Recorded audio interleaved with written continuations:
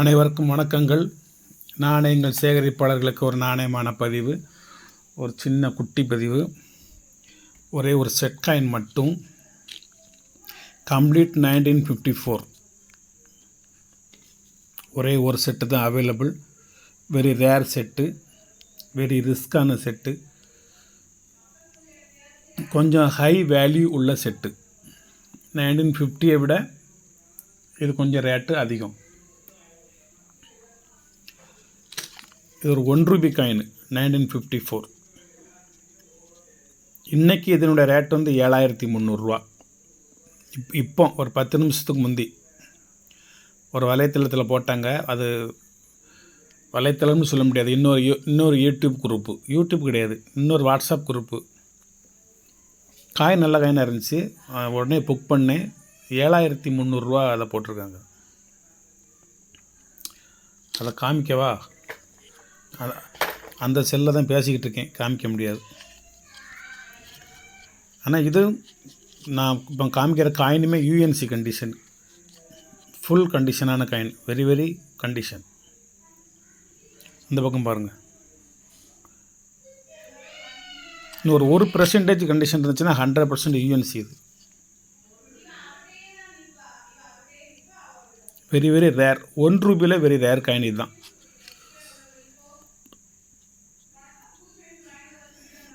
வச்சிடுறேன். எந்த அளவுக்கு பார்க்கணுமோ நீங்கள் பார்த்துக்கோங்க. ஃபுல் கண்டிஷனான காயின்.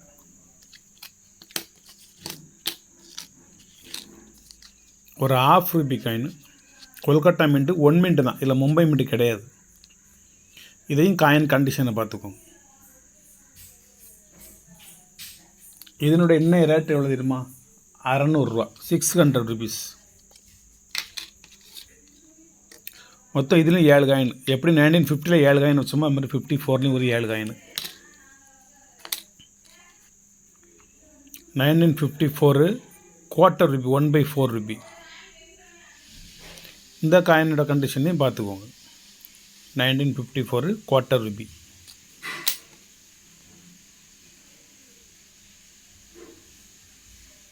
காயின் கண்டிஷனான காயின். அதாவது செல்லில் எடுக்கிற சமயம் அந்த பிளாஸ்டிக் கவருக்குள்ளே இருக்கிறனால உங்களுக்கு லைட்டாக தெரியுது. மற்றபடி காயின் ஃபுல் கண்டிஷன். ரொம்ப வெரி ரேர் காளை ஃபுல் காயின் 1954 மும்பை மின்ட்டு. இதை இன்றைக்கி வெளியே எடுத்து ஒன்றும் செய்யலை. இது ஏற்கனவே நான் ரெடி பண்ணி வச்சதை அப்படியே தான் எடுத்து உங்கள்கிட்ட காமிக்கிறேன். இது இன்னும் கொஞ்சம் எடுத்து ஒரு விபூதி வச்சு தைச்சா இன்னும் பளபளன்னு வந்துடும். இதனுடைய என்ன ரேட்டு வந்து ₹2500. அந்த ஒரு காயினோட ரேட்டு வந்து, இதனோட ஒரு காயின் ரேட்டு ₹7300. இன்றைக்கி வந்து ரேர் காயின் மட்டும் தான் போடுறேன். ஒவ்வொரு செட்டு தான் போடுறேன். என்னுடைய கலெக்ஷனில் வச்சுருக்கிறத அப்படி போடுறேன். இது யார்ட்டையும் வாங்கினதெல்லாம் இல்லை. நான் கலெக்ஷன் பண்ணி ரொம்ப நாள் ஆச்சு. எனக்கு வேணும்னு சொல்லி வாங்கி நான் சேகரித்து வச்சதை எடுத்து இன்றைக்கி பதிவாக போடுது. ஒரு செட்டு தான். எந்த பதிவு போட்டாலும் ரேர் காயின்ஸ் போட்டால் கூடி மட்டும் ஒரு 10 நிமிஷத்துக்குள்ளே அது சோல்ட் ஆயிரும். அதனால் நீங்கள் வேணுங்கிறவங்க பார்த்த உடனே நீங்கள் புக் பண்ணிடுங்க. நீங்கள் பணத்தை கூட ஒரு நாள் முன்ன பின்ன கூட தந்தாலும் புக் பண்ணி வச்சுருங்க. அப்போ இன்னொருத்தர் கேட்டார்னா நான் உங்களுக்கு தெரியப்படுத்துவேன். சார் நீங்கள் பணம் போடுறீங்களா போடலையா? இன்னொரு நபர் கேட்குறாரு, இன்னொரு நண்பர் கேட்குறாரு, கொடுக்கட்டுமா அப்படின்னு உங்களோட ஒப்பீனியன் கேட்டுட்டு நான் கொடுப்பேன். ஆனால் நீங்கள் பணமும் போடாமல் எடுத்து வச்சுருங்க, எனக்கு வேணும், எடுத்து வச்சுருங்க, எனக்கு வேணும்னு சொன்னால் நான் எடுத்து வச்சுருவேன். நீங்கள் உங்களுக்கு என்றைக்கு தேவைப்படும், என்றைக்கு பணம் வரும், என்றைக்கு பணத்தை அனுப்பிச்சி என்கிட்ட புக் பண்ணதை நீங்கள் திரும்பி வாங்க போகிறீங்க அப்படிங்கிறதான் பெரிய விஷயம். நான் கவராக போட்டிருக்கேன், ஒரு 20 கவர் போட்டிருக்கேங்க. அதெல்லாம் புக் பண்ணிலாம் 3 மாதம் 6 மாதம் 1 வருஷம் ஆச்சு.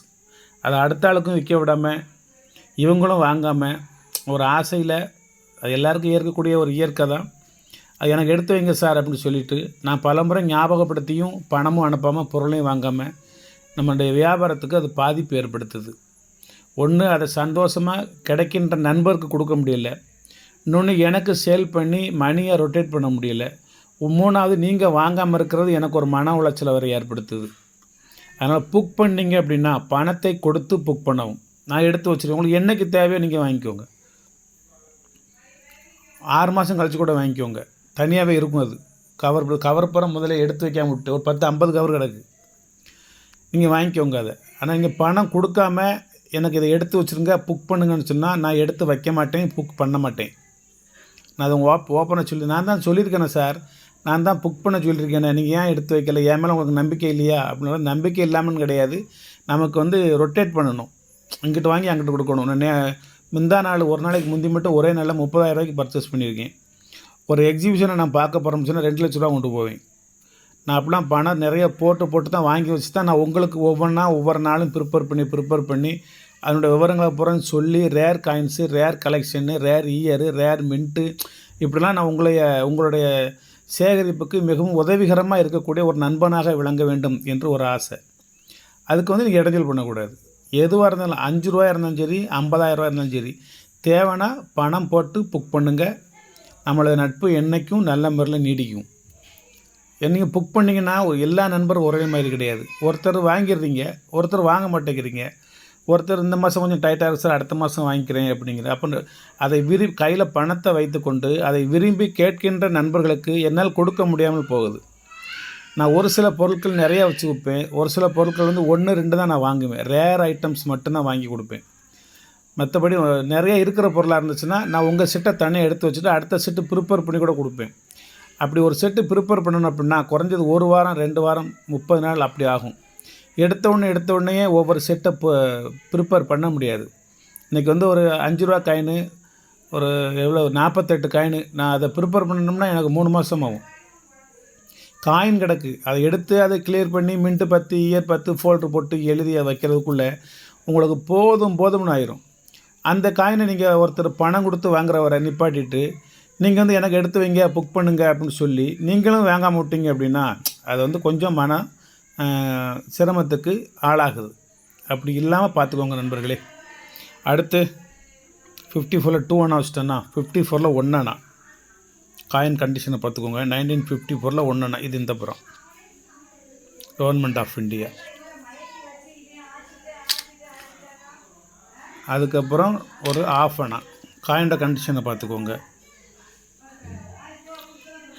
1954 மும்பை மிண்டு. இந்த ½ அணாவுடைய இன்றைய ரேட்டு 700 ரூபா.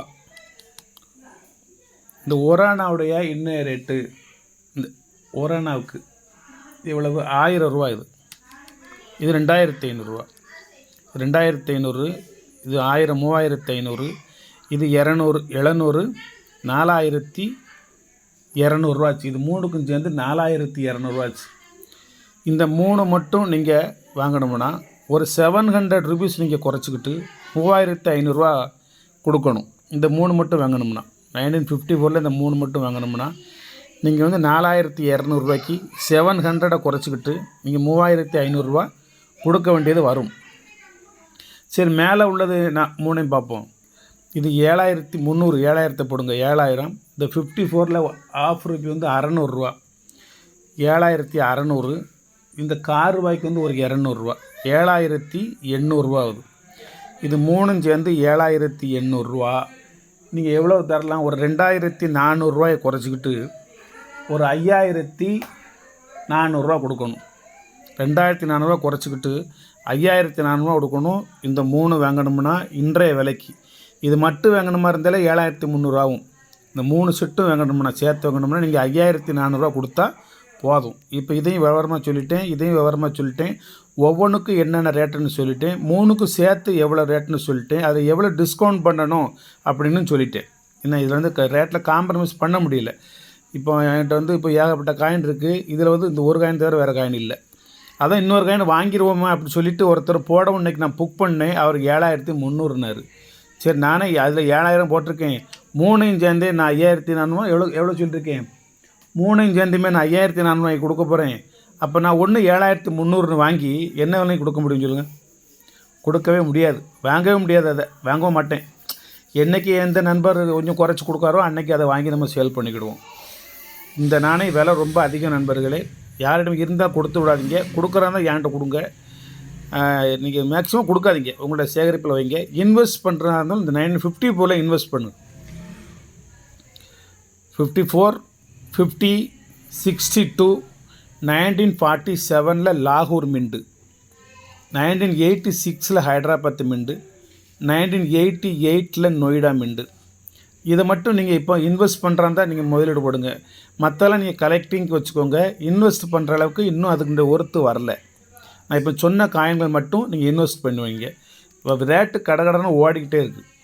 இதெல்லாம் நான் முதல்ல வாங்கல 3500 அப்புறம் 4000, அப்புறம் 4500, அப்புறம் 5000. இப்போ இது எல்லாம் சேர்ந்து உங்களுக்கு 5400 கொடுத்துருக்கேன். Very good condition. அதை முதல்ல பாருங்கள். Very good condition, super set.